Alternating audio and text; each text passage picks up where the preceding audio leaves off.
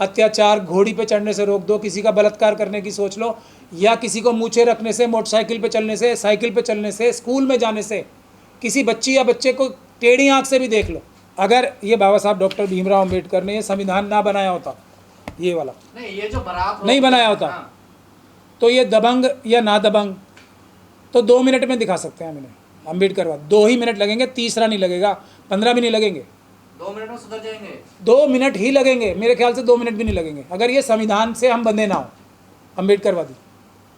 बिल्कुल सीधी सीधी बात है। क्या वो लोग संविधान को नहीं मानते? वो तो इसको खत्म करके मनुस्मृति लागू करना चाहते हैं ना, लेकिन हम जबान के पक्के हैं। बाबा साहब हमारे लीडर हैं, उन्होंने ये संविधान बताया है, उन्होंने कहा है कि बाकी सब रास्ते खत्म। अब जब ये संविधान आ गया तो इन्हीं रास्तों से चलना है हमें। देख के ही इन्फीरियोरिटी कॉम्प्लेक्स होता है, तो साजिश करो।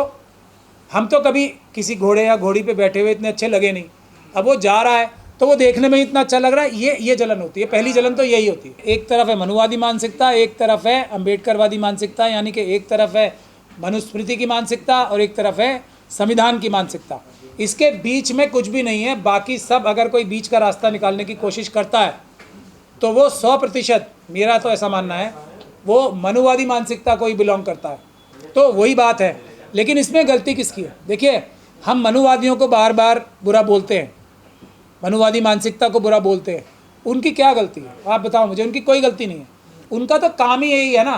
उनका विषय क्या है? हमें सबका अधिकार, सबके हक, सबका पैसा, सबकी इज्जत लूट के अपने पास ले आनी। अब वो अपना जो भी उनका धर्म है, जो भी उनकी राह है, उसको वो पूरी ताकत से अमल कर रहे हैं। गलती तो हम अम्बेडकरवादियों की है ना, कि हम इन अपराधियों का, इन इंसानियत के दुश्मनों का, इन इंसाफ और बराबरी संविधान के दुश्मनों का मुकाबला नहीं कर पा रहे, इनको परास्त नहीं कर पा रहे। तो हमें अपनी जो सफ़े है ना, जो अपने संगठन हैं, उनके अंदर कमी निकालनी चाहिए। मनुवादी तो अपना काम ईमानदारी से कर रहे हैं, अम्बेडकरवादी अपना काम पूरी ईमानदारी से नहीं कर पा रहे हैं। और उसका दोष मैं पूरा हमारे नेतृत्व को देता हूँ, क्योंकि जनता जो है बहादुर है हमारी, नंबर्स भी हमारे ज़्यादा हैं, ईमानदार भी ज़्यादा है, मतलब होशियार भी ज़्यादा है। कोई भी ऐसी क्वालिटी नहीं है कि वो जो कुत्ते को पसंद करने वाली मानसिकता है, इंसानों को नहीं। तो देखिए, जिसकी जैसी मानसिकता होती है, कुछ लोग वो अपने आप को जानवरों के नज़दीक पाते हैं, तो वो उनको अपने बेडरूम में बिठाते हैं, उनको प्यार करते हैं, उनको अपने सर पे भी बिठाते हैं। क्या बुराई है उसमें? वो उनकी मानसिकता है। तो कुछ लोग दबंग कहें या कायर हैं ये लोग? नहीं, देखिए, दबंग बताती है ना जातिवादी गुंडों को। भीमा कोरेगांव भूल गया? दबंग का तो एक ही एग्जाम्पल देने के लिए काफ़ी है ना। अब देखिए, अगर ये बाबा साहब डॉक्टर भीमराव अम्बेडकर ने ये संविधान ना बनाया होता, ये वाला नहीं, ये जो बारात नहीं बनाया होता, तो ये दबंग या ना दबंग तो 2 मिनट में दिखा सकते हैं हमने अम्बेडकरवाद। 2 ही मिनट लगेंगे, तीसरा नहीं लगेगा, 15 भी नहीं लगेंगे। 2 मिनट में सुधर जाएंगे। 2 मिनट ही लगेंगे, मेरे ख्याल से 2 मिनट भी नहीं लगेंगे, अगर ये संविधान से हम बंधे ना हो अम्बेडकरवादी। बिल्कुल सीधी सीधी बात है। क्या वो लोग संविधान को नहीं मानते? वो तो इसको खत्म करके मनुस्मृति लागू करना चाहते हैं ना, लेकिन हम जबान के पक्के हैं। बाबा साहब हमारे लीडर हैं, उन्होंने ये संविधान बताया है, उन्होंने कहा है कि बाकी सब रास्ते खत्म। अब जब ये संविधान आ गया तो इन्हीं रास्तों से चलना है हमें। लेकिन इन रास्तों से चल के भी, ये कोई कमज़ोर डॉक्यूमेंट नहीं है, इसमें हमारे लीडरशिप की कमी है कि इसका सही प्रयोग, जो बाबा साहब ने इतना बड़ा हमें टूल दिया है, बाकी किसी भी टूल से, जो मैं कह रहा हूँ ना 2 मिनट वाले टूल से भी ज़्यादा ताकतवर टूल है ये। 14 अप्रैल को उसके बाद भी अगर हम इसको इस्तेमाल करके अपनी हक अधिकार नहीं ले पा रहे, तो इसमें कहीं ना कहीं हमें अपने गिरेबान में झांकना चाहिए, उनको दोष नहीं देना चाहिए। अब समय आ गया है कि हम लोग, सब लोग इकट्ठे होकर इस संविधान का प्रयोग करके इन लोगों को, इनकी क्या हैसियत है? अगर योगी जी की पुलिस इनको फ़ोन कर करके ना बोल रही हो ना, ये मेरा इल्ज़ाम है उनके ऊपर कि तुम आ जाओ, डरो मत, हम लोग खड़े हैं ना, अम्बेडकरवादी संविधान के हिसाब से चलेंगे, वो हिंसा नहीं करते तुम्हारे ऊपर, तुम आओ, हम तुम्हें कहेंगे तुम हथियार लेके आओ, तुम तलवार लेके आओ। कोई ना आता वैसे। अगर ये पुलिस के लोग और प्रशासन के लोग उन्हें फ़ोन कर करके, मेरे पास तो ये जानकारी है, आप अगर उनके CDRs निकाल लेना, तो वो हर कदम लेने से पहले पूछ रहे, सर कोई मारेगा तो नहीं वहाँ पे आके, अम्बेडकरवादी तो नहीं आ रहा कोई वहाँ पे? तो वो बोलते हैं सरकार के अधिकारी, नहीं नहीं, अम्बेडकरवादी बिल्कुल कुछ नहीं करेंगे, क्योंकि वो कभी हिंसा में बिलीव करते ही नहीं, क्योंकि अब ये संविधान आ गया है। अगर ये संविधान से पहले की बात होती तो फिर हम आपको बता देते, भाग जाओ, अधर मत आना। तो ये है सच्चाई। अब हमारे नेताओं की बात यह है कि जैसे हाथरस की बच्ची का केस है, सब नेता हमारे छोड़ के अलग हो गए। अगर एक केस हम पकड़ लें ठीक से, मैं देखता हूँ कौन सा सरकारी अधिकारी किसी मनुवादी को ये कह दे कि तुम आओ प्रोटेस्ट कर लो, या कोई अत्याचार, घोड़ी पे चढ़ने से रोक दो, किसी का बलात्कार करने की सोच लो, या किसी को मूछे रखने से, मोटरसाइकिल पे चलने से, साइकिल पे चलने से, स्कूल में जाने से, किसी बच्ची या बच्चे को टेढ़ी आंख से भी देख लो।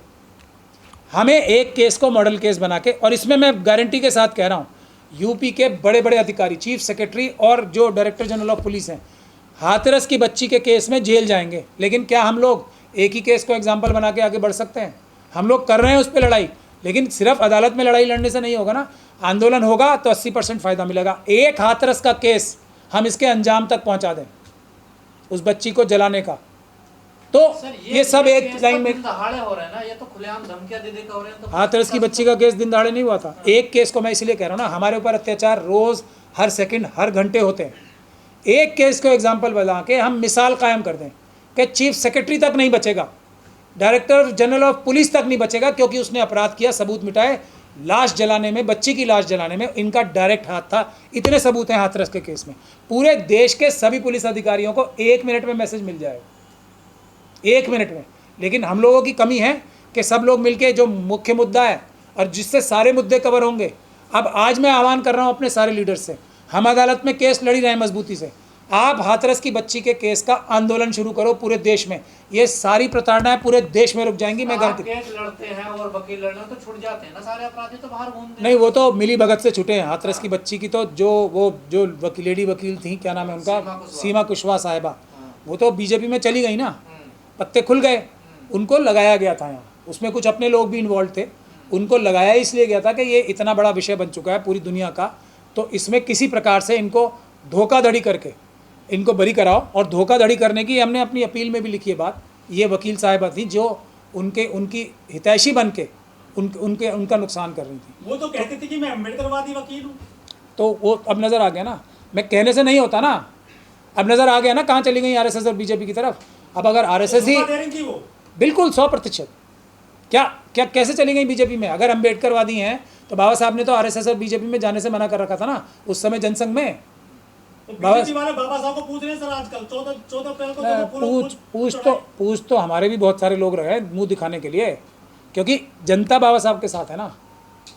जनता मतलब 95% जनता तो बाबा साहब के साथ है, तो वो तो उनको बेवकूफ़ बनाने के लिए उनकी फ़ोटो लगा रहे हैं। इसलिए मैं नहीं बोलना चाह रहा, लेकिन तो अम्बेडकरवादी हैं जो घोड़ियों से उतारे जा रहे हैं, पीटे जा रहे हैं। सर आप भी अम्बेडकरवादी हैं, आपका विषय कैसे नहीं है? मेरा घोड़ी विषय नहीं है ना, मेरा जो उतारे जा रहे हैं वो विषय। तो घोड़ी का ही है ना सारा, दिक्कत तो घोड़ी पे बैठने भी हो रही है ना। ना, साइकिल पे बैठने से भी हो रही है, मोटरसाइकिल पे बैठने से भी हो रही है, आपके एग्जिस्टेंस से हो रही है ना। क्योंकि देखिए, आप नज़र आओ साथ में कहीं और कोई मनुवादी भी नज़र आए तो आप तो देखने से ही उससे बड़े लगोगे ना। हर फील्ड में ईमानदार ज़्यादा लगोगे, आप देख के ही इन्फीरियोरिटी कॉम्प्लेक्स होता है। तो साजिश करो।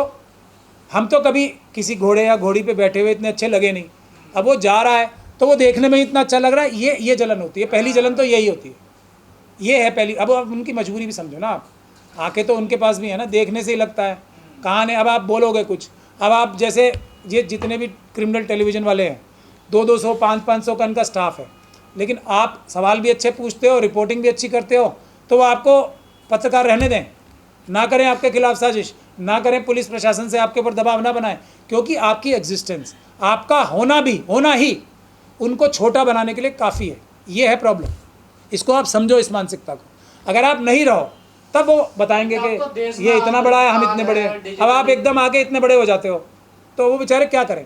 अमृतकाल है, दुनिया चांद पे जा रही है, ये घोड़ी सी दिक्कत हो रही है, बताइए। विश्वगुरु बनेगा भारत?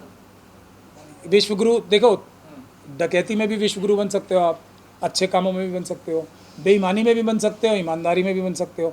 जिसको जिस प्रकार का विश्वगुरु बनना है वो उस लाइन पे काम कर रहा है। अम्बेडकरवादी विश्वगुरु बनाएंगे, अभी मनुवादी हैं तो मनुवादी विश्वगुरु बनाएंगे अपने हिसाब से। विश्वगुरु में कोई गलती नहीं है, कौन विश्वगुरु बना रहा है, किस प्रिंसिपल्स पे विश्वगुरु बन रहे हैं वो है। जो ड्रग के स्मगलर्स हैं, सबसे बड़ा ड्रग का स्मगलर भी तो होता है कोई, अडानी जी को नहीं कह रहा हूँ मैं, होता है ना कोई तो वो भी विश्वगुरु होता है, सबसे बड़ा ड्रग का स्मगलर हूँ मैं। तो उसी प्रकार से कोई ईमानदार वकील भी होता है कि मैं ईमानदार वकील हूँ। बाबा साहब थे ना, वो भी विश्वगुरु थे, वो ईमानदारी के लिए थे, दूसरे लोग बेईमानी के लिए थे, यही फ़र्क है बस।